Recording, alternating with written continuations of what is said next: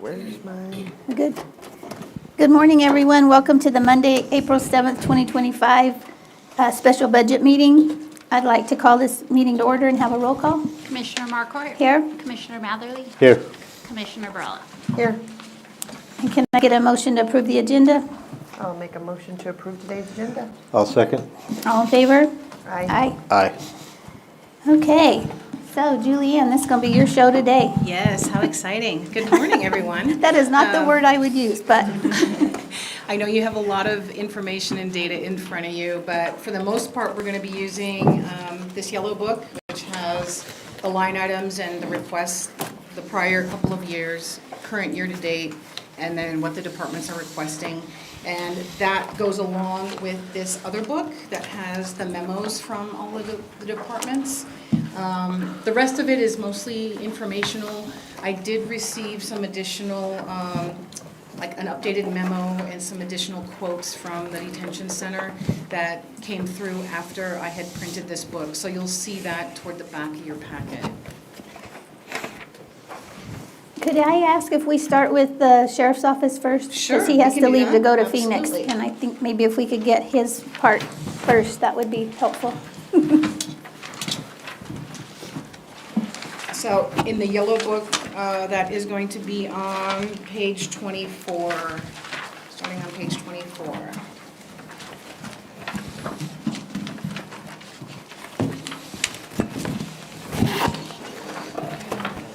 $65 in the other book.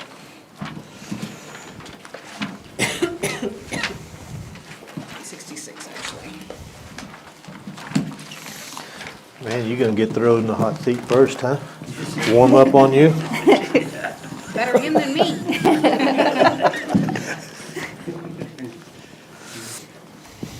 Got a meeting in Phoenix that I need to be at after a while.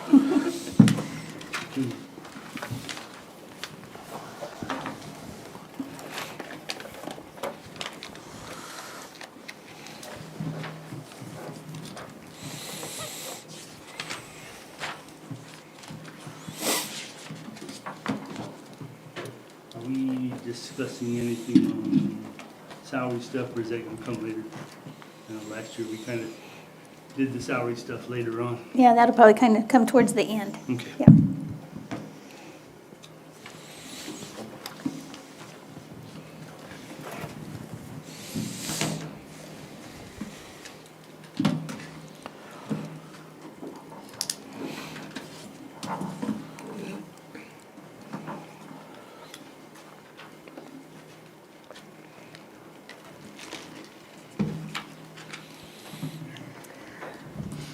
So a question.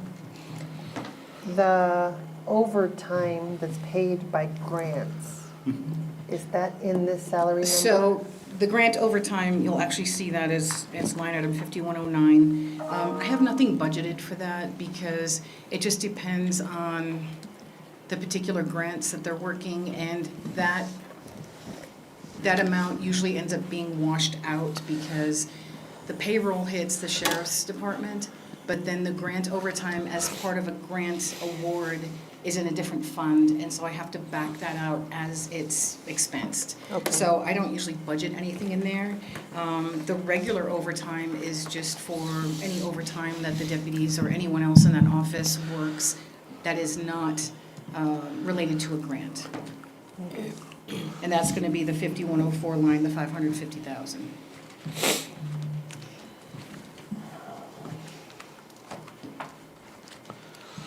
Do you think because we have more positions filled that we'll have less overtime?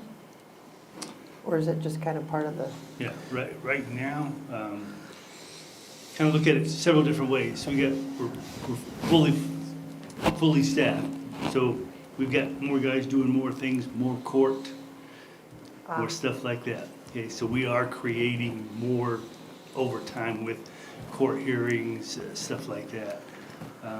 As far as all the grant stuff, I mean, they put in, we've got several of the state grants, we've got OHV up on the mountain, Stone Garden, we got a lot of that, but usually every time they work that, we get reimbursed from that. So The majority is just, we're just busier. You know, not only with like, you know, helping Thule, helping Cloudcroft, helping Alamo. I mean, we create cases and stuff in those jurisdictions also, so. So David, that's my big question to you. How are we going to budget now that Cloudcroft's down to one man? I know that you're gonna be up there more and more, but the Thule issue is not getting any better. So how do we start? I think, I'm not 100% sure that they have money appropriated for police force shouldn't we be billing them on some of their assist, or can we? And Where is RB at? He not here? He was upstairs. Yeah, he was upstairs. He'll probably come for his portion of the budget. Okay. And that's something I think we need to sit down and talk about, but I mean, if we look at Tularosa, then we probably need to look at Cloudcroft, and we probably need to look at the city of Alamogordo also. I mean, if we're gonna do it for one. Well, start and I looking at- understand that Alamogordo is fixing to be another thing at another day, but I know that Cloudcroft, and I just, with the releasing of the other policemen, I know what's gonna happen up there, but, and I understand it's Otero County, I understand that, but these people are getting money to have policemen doing their job, and we're doing it for them, and they're not spending that money. Right. Where we should be doing outside of Tularosa and taking care of business there. I've been kicking that around for months now, trying to figure out how we can do that. We've kicked it around quite a bit. There's been many discussions about it, you know, not only with law enforcement, but, you know, dispatch services and stuff like that. So, a lot of ideas have been brought up, a lot discussed, but as far as you know, what can we legally do? How do we want to, you know, approach this? So, and I think that's just a conversation we need to sit down with everybody involved and just have that conversation. So, Because I know on your budgeting, I mean, you need to put some extra money in for spending time there. And I don't know how many deputies, we got a whole mountain up there, we can't just concentrate in town and Cloudcroft also. Their police force goes pretty much through the mountains too, doesn't it? Not just in the village? they back us up on calls if we've got, you know, something in weed or whatever like that. They've been pretty good about going and backing us up. If we've got one deputy in Mayhill, one going Tiburon, you know, they'll help us out, but So how many deputies you got up there now? 3. Are you gonna have to assign another one because of their shortage? Possibly, we're gonna kind of monitor and see how it goes. So we got Schoolcraft that goes up there Monday through Friday. You know, he's up there during the day. Yeah. And then we've got the others that come out at a little later shift, you know, to help him out. But 3, is it enough? Probably not. Well, I think this, we're gonna have to kind of base it, you know, start looking at call load and stuff like that, and just see how many calls are we actually taking up there, so. but this is the time I'm trying to figure out if we need to figure another or more for this additional. Because I still got the nightmare in Chaparral, and you do too, but I think you need more players down there also. And then So- I've got 16 down there right now. But and that's a very growing, very fast growing community, and it won't be long, and you'll be needing 20. Yep. I say probably budget time next year, Mhm. I'll probably need 4 or 6 more. What, I was trying to Google and I had come up with different numbers. What is the allocation per population? How many, is it like 10,000 per citizen that you need one law enforcement agent? Or what is that? I couldn't find the right That's number. basically, with a population of, you know, I just kind of base it on 66,000. I need, you know, based on that, based on the national averages and everything, I need 66 deputies, you know, to meet that population. And we got 63 right now, so. And is there a way to ask for reimbursement by population for Tularosa and Cloudcroft? That's kind of been the discussion. What is the process there? How do we do that? How do we go about doing that? So, you know, and what if we agree to something and then they don't, you know? So I think that's a discussion we need to have RB and stuff in on and Pam And then if we ever fill that position for an assistant attorney for RB, would that eliminate the overtime for the courts, for the officers having to be there? Would the attorney cover that all at that point? No. That would just be, right now they do a lot of officer prosecution. So basically, they go in, the deputies go in and prosecute the cases. How that would help us, we would have now an attorney representing us or helping the deputies with that prosecution in court. Okay, Which we really need, yes. really bad. Yes, we do. But as far as eliminating some of the cases, no, it's not going to. So we still have to I be mean, the present. only way it's going to slow down is if the guys quit arresting people. And we're not going to do that. Yeah. So basically, same thing, if deputy doesn't show up to court, then it gets thrown out even though there's an attorney there to represent. Yes. You've got to have the witness there. Okay. So I'm trying. I know. can we, at this time right now, you say you're fully staffed, can we add like 2 more positions to that at this time? Sure. Would that help with the Cloudcroft and Thule issue? Yes. I'm just trying to think if, and I'll just throw this at you real quick too.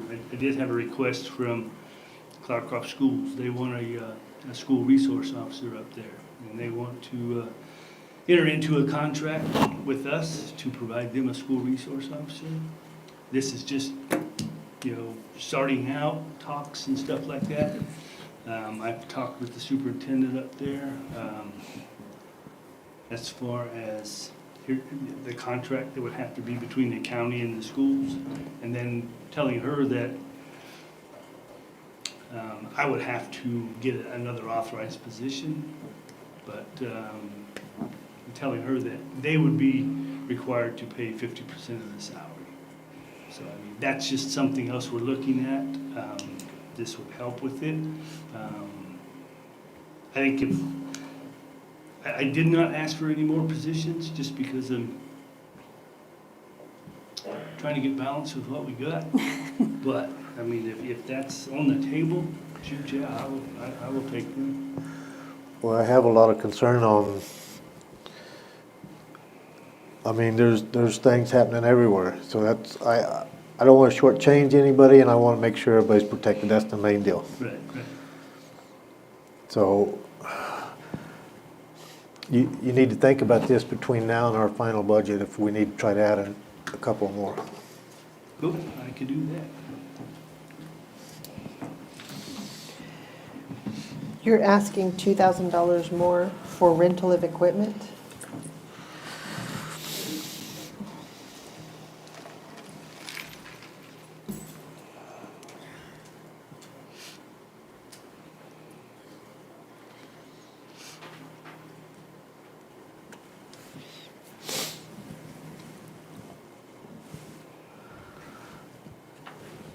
Uh, 5204? Yes. Okay.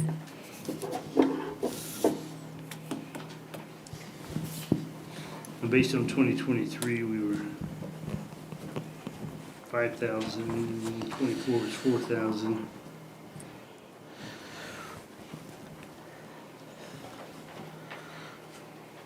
Can we put that I at mean, we like can- 3,500?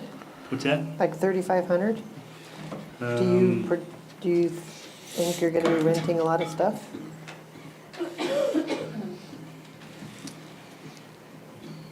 Well, and I'll tell you, we've done a lot of cleaning up this past year. Okay, when it comes to our telephone line item, the electric line item. This right here, I think we had our printers and stuff that we rent. It was a mess. Sergeant Emery is basically cleaned that up to where now we know exactly what, we're paying for our stuff, okay? And the other printer, like for NEU, that's now in the NEU budget. We had some stuff for dispatch that we were paying. So we've got all that stuff sorted out, so. I could do that to 3,500, and then if by chance,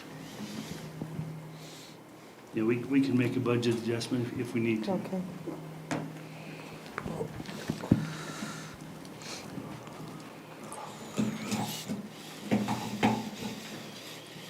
You kind of see on that next line item, on the telephone line item, and that's $50,000 less, just Perfect. because we got it sorted out. There were some phone lines that we were paying for that actually weren't being used. So again, Sergeant Emery kind of went through, dug through that, cleaned all that up. What a mess. And then phone line items that are at dispatch and stuff, a lot of that was picked up by the state. So, I mean, it's a whole lot clearer now exactly what's in that line item. So you're wanting to cut that? Just cut Oh, already. Yeah, we've already cut 50,000 off of it. Oh, It was Oh, okay. 125, we dropped it down to 75. Same thing kind of with the electricity. There was some of that stuff at the dispatch building that we were paying for. And we've got it straightened out. Plus, throughout the year, every time we get a chance, I buy LED bulbs, and I'm putting LED bulbs throughout the sheriff's office, and I think that has cut down on our consumption. We've got a bunch of guys that are really good about, they leave their office, turn the lights off, So- Right? So it's made a big impact on what we're saving there. And the building repair and maintenance, that doesn't come out of Eric's budget?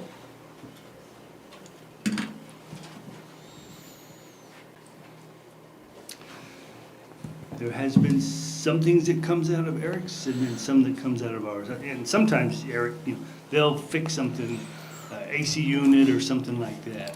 He'll pay for it and everything. And then sometimes they'll do a budget adjustment to where we help pay for the, either an AC unit or water leak damage, stuff like that.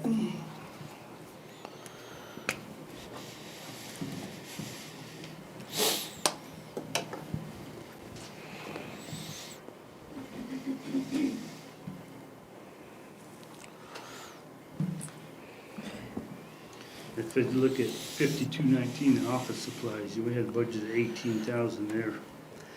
We're cutting that down to 9. I think a lot of this has to do with us, a lot more digital stuff, where we're just not needing to kill so many trees and stuff, so it's helped a bunch. And the transfer of prisoners, Mm-hmm. did we get anywhere with the bills on that, where we're gonna get reimbursed, or that didn't get through? I don't have the bill number here, but yes, there was the bill, I don't want to think 450, I think is what it was. Representative Sylvan and I talked about that. There was actually 10 million put in that account. And that's why we haven't been able to get reimbursed, because the appropriation was not there. They have now appropriated $10 million to where we don't know how it's gonna work just yet, but the FA is gonna have to figure it out as far as, we're gonna do a monthly reimbursement, but yes, we are gonna start getting some reimbursements. So if our transportation costs are only 45,000, then that's pretty reasonable that we're gonna get that money back from the state. Yeah, and I'll tell you, this year, we've, with fuel, overtime, everything, we spent just shy of $100,000 on transportation prisoners. But Do you guys bill for that reimbursement, or does Julianne bill for that reimbursement? well, and that's what I say, we're gonna have to see how that goes. My guess, it's probably gonna fall on Julianne if we supply her with the necessary information of this is the transport, this is where we went, fuel, overtime, all this stuff, I'm sure she's gonna get stuck with having to file for reimbursement. So as we get reimbursed, do you make that number go down with all your resolutions? Yes, so then when we would receive the reimbursement, I would actually, all of the revenue has to be deposited into a revenue line. I can't deposit it, the treasurer's office cannot deposit it directly into an expense line. So it would get deposited to like a refund or other income line, and then I would just flip it out, so it would reduce that expense amount. Okay.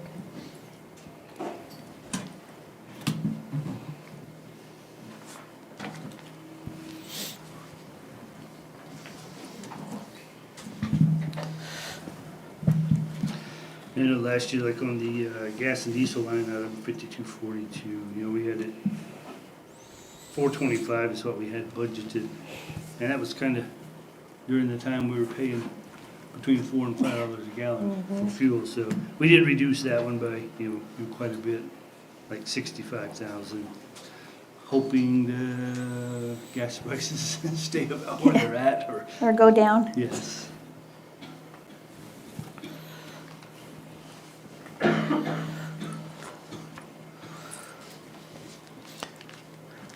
David, I think I ask you this every year. If I was talking to Tom, I would know what this fund was for, but culvert fund?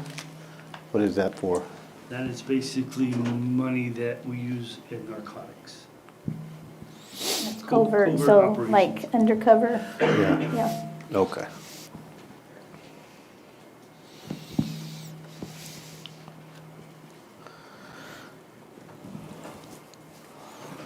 Traffic grants?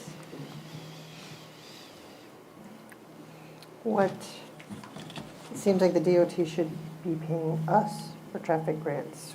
Are we paying? I think that's kind of the same deal that when they work these traffic grants, you know, I pay them out of my budget, but then again, it's reimbursed from the state. Yeah, that particular grant, that's Laura Garcia, who we contract with, handles that in the Stone Garden. And essentially what that line is, it's just the remaining balance from the prior year.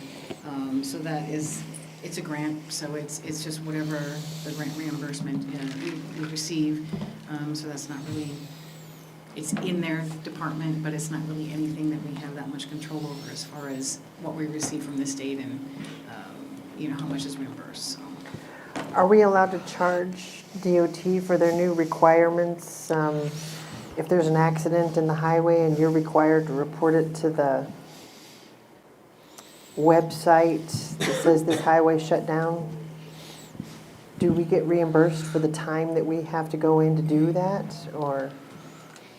Usually it's just a couple of conversations on the radio or a phone and it's done. So Oh, okay. it just takes, Oh, so you don't have to get on their little website and say, okay.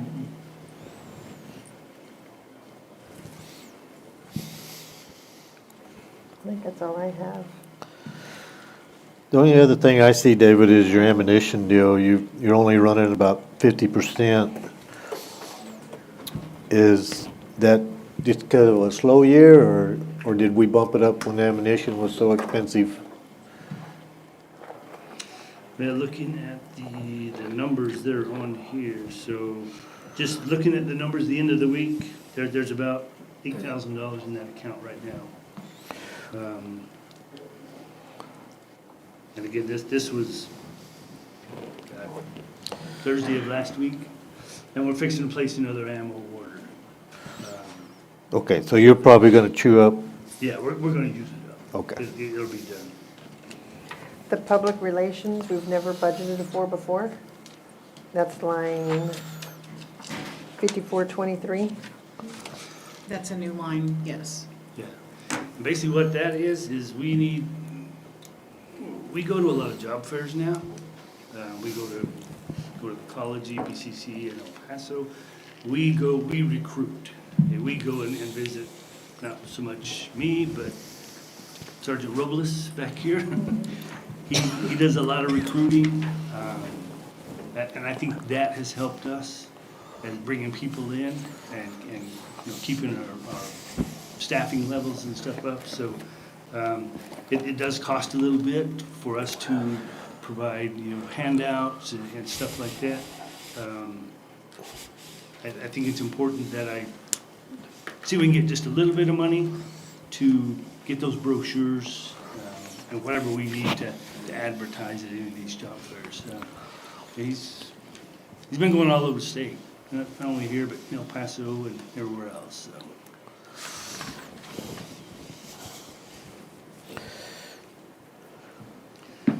And I'll tell you, like on the capital outlay, I didn't ask for any capital outlay money this year. And if we kind of jump back up to that, where's the communications line item?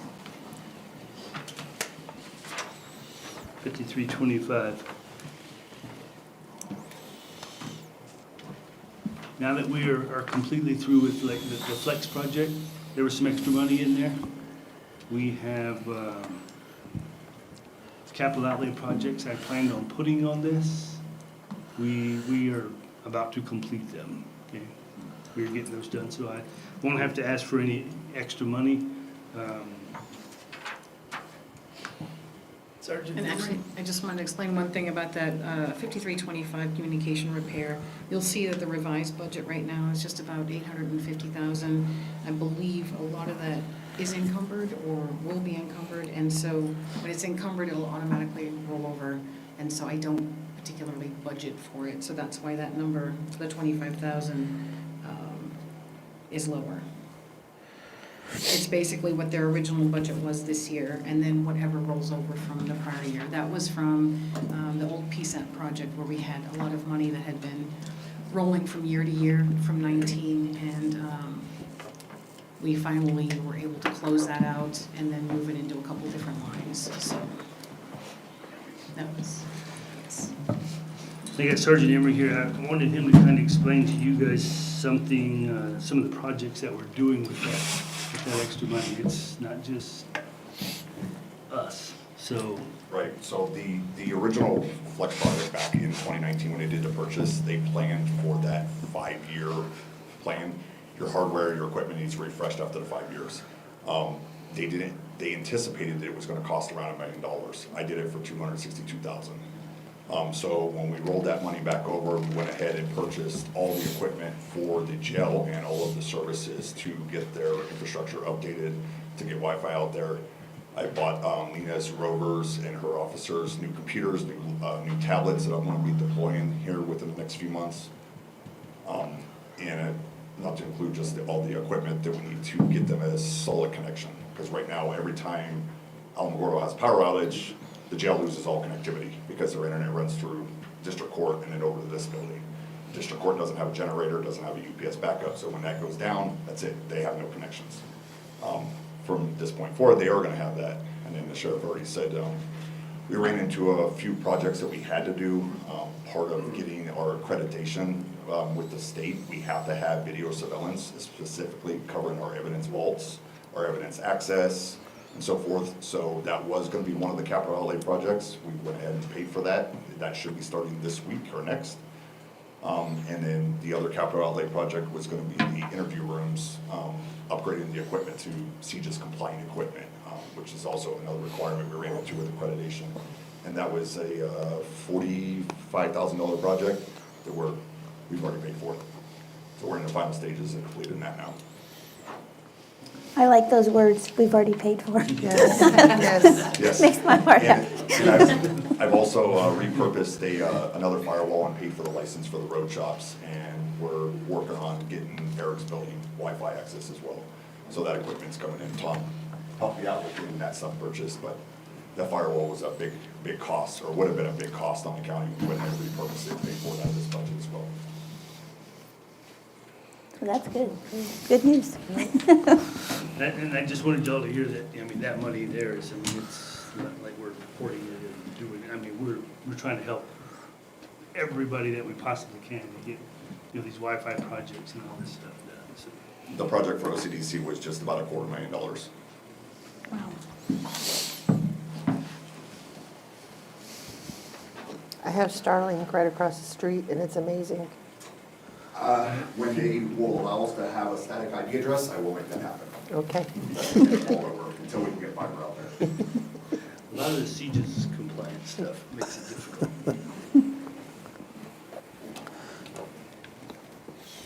Okay. Anything else? Anything else? Nothing on this. Are we gonna go to this book now? With each Sure. one? I mean, it's all kind of goes together. I guess my only question was regarding any additional deputies, and if you're gonna, not right now. Well, on the additional deputies, I asked David to think about that before our next one to where we can, Okay. if we feel, get with all the people out there and see what, I'm sure you're already trying to figure it out, but if we need to get a couple, I'm all for getting a couple. If we're gonna put one in Thule and one for Cloudcroft, one more extra for the support of it, if you can find deputies for it, so. I can filter, I guarantee that. I get the positions, I can filter. But we gotta get them with an agreement that we're gonna get reimbursed. Yeah. So we do that. But that's why we need to talk about Yeah, that. That's the whole deal, is Yep. we need to converse with them, so. Yep. So maybe the best thing to do between now and our next one is see if we can get a meeting with Thule and Cloudcroft and what their plan is or what. And I know that, word on the street is I know there's somebody that they're kind of looking at for a chief in Tularosa. If it happens, I think it would be a very good deal for Tularosa. So I don't want to say any names just yet until, see if it happens, but if this person is approached and selected, it'll be good.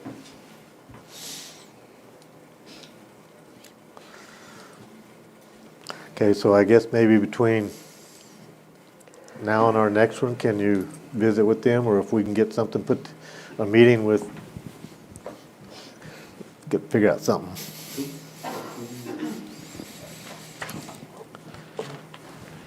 Because even with those positions, not this year at Chaparral, but when we get the station built down there, that's when I figure you're gonna need more positions anyway down there. You can always roll those extra positions if you got them down there, if they're fixed, if this problem's fixed. And you know, looking at Chapa, again, I've got 16 deputies stationed in Chapa. I think the thing I'm gonna have to watch is the population. Okay? I know it's growing like crazy.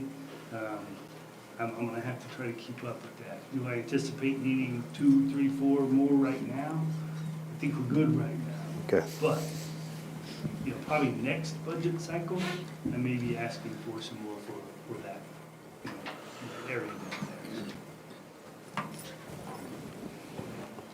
there. All right.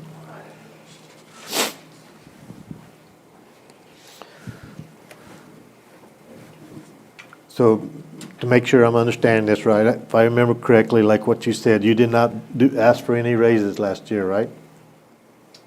Yeah, with our contract and negotiations, and everything, we basically had to set last year out.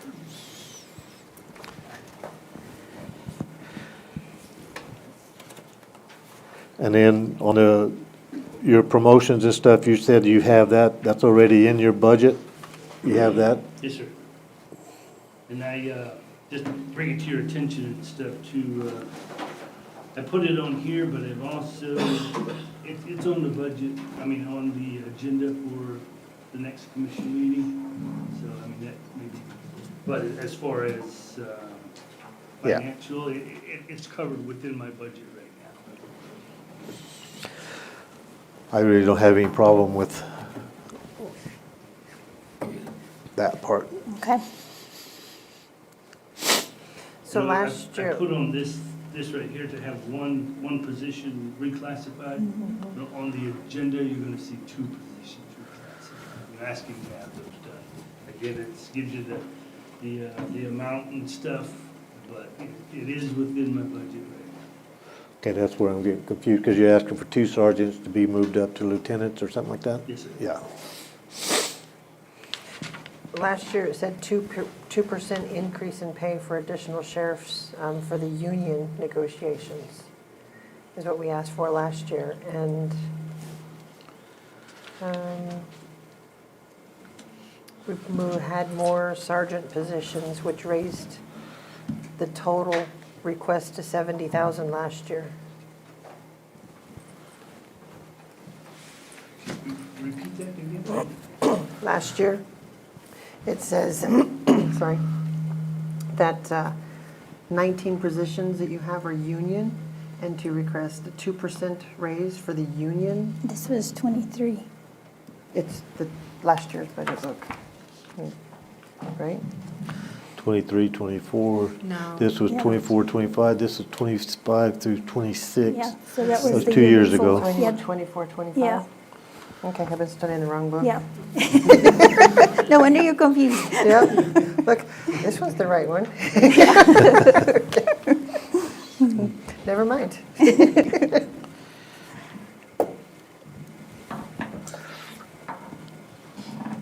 Okay, you guys have anything else? That's all.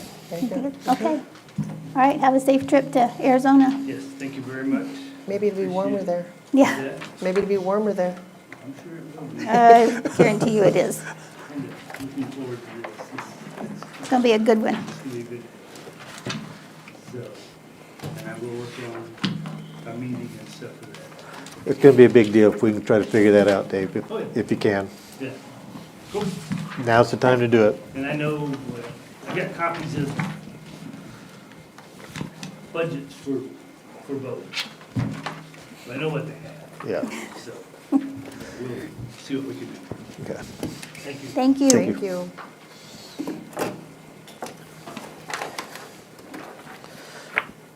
We have the one that says So there's one that updated. says updated. Okay. In red, that's the one to keep. Anyone, So- that one and the cash recap sheet that it says updated, those are the two to keep. And the other two you can discard.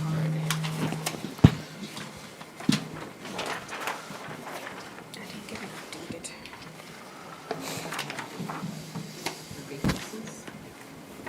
No, it's gonna be this is the capital one. Okay. And then this is just being, oh, this is, yeah, because I put the original ones in your book. This is updated. You know how we contract out the telephone services so they can go through and see how much money they can save with all of our telephone accounts? Oh, the one time we did that, Is there yeah. a way to do that for the entire county? Yeah, we did it just 3 years ago we did that. How much money did we save by doing that? I think we saved 6,000, That's it? yeah. Yeah, it looked at our internet, our telephones, our cell But I mean, can we phones. do the entire county? We did that then, yes. No, for everything, not just the phones. Doge the entire county. Oh. We'd have to hire a consultant. I mean, it probably won't be cheap, but I mean, if y'all want to look into that, I can put something on the agenda to go out to bid for that. Yeah, I think there's a lot that we could cut that we don't get to see with this. I think it's something to consider. Okay. So what all are you wanting them to look at? Everything, every single department, everything. How many people just sit around? How many people actually work? How many, could we buy a tire cheaper here than we buy it here? I mean, just everything.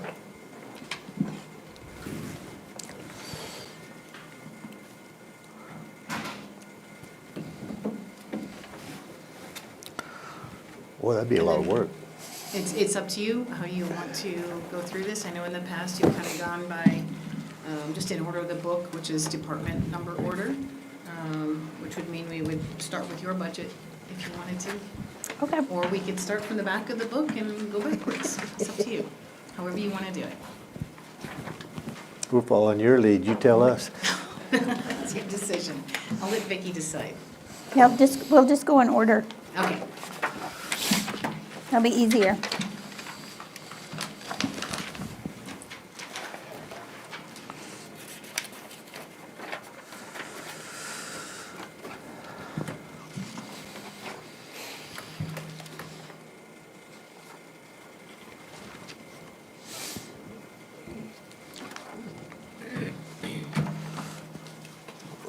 Okay, now we gotta get to, Most of your line items should be the same. There's probably some changes, I think, in some of the utilities that have gone up. A little bit of difference in salary and benefits due to Commissioner Markwort's increase from the 2013 amendment and the 2018 amendment to the state statutes. I got a raise? You did get a little raise. What the yes. I heck know, is isn't that happening exciting? with this life?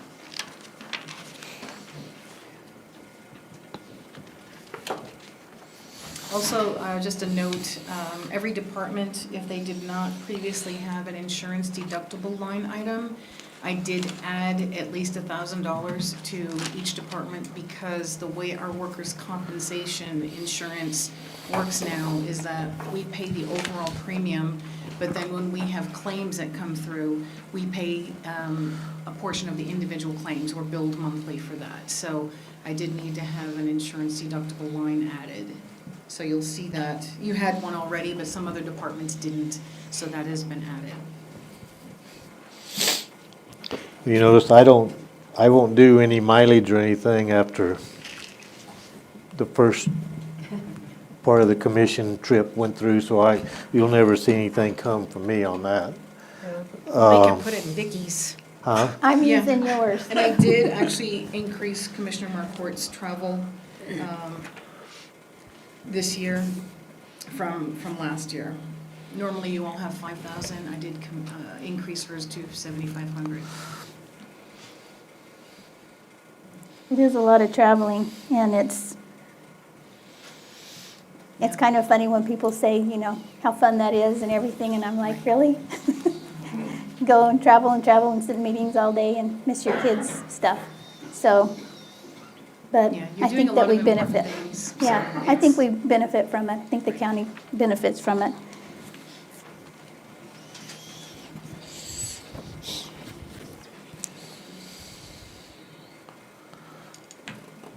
I think everything pretty much stayed the same except that one.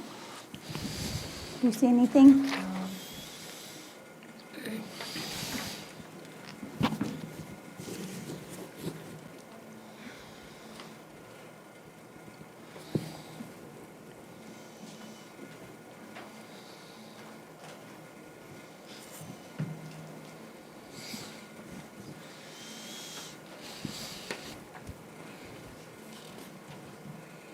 The telephone we could cut to 3,500?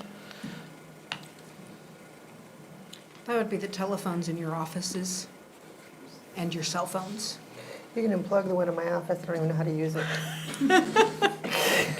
No, I It's use my way cell over my phone. head. I do too. I tried. But yeah, you could cut that. Yeah, that could come down. I think I put in there what the original budget was.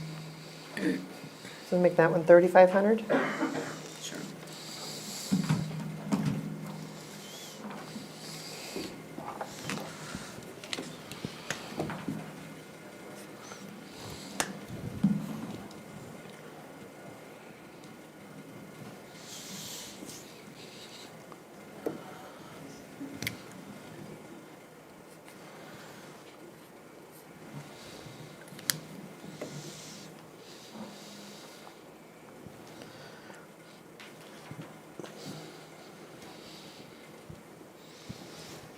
And other than our business cards, what do we get for office supplies?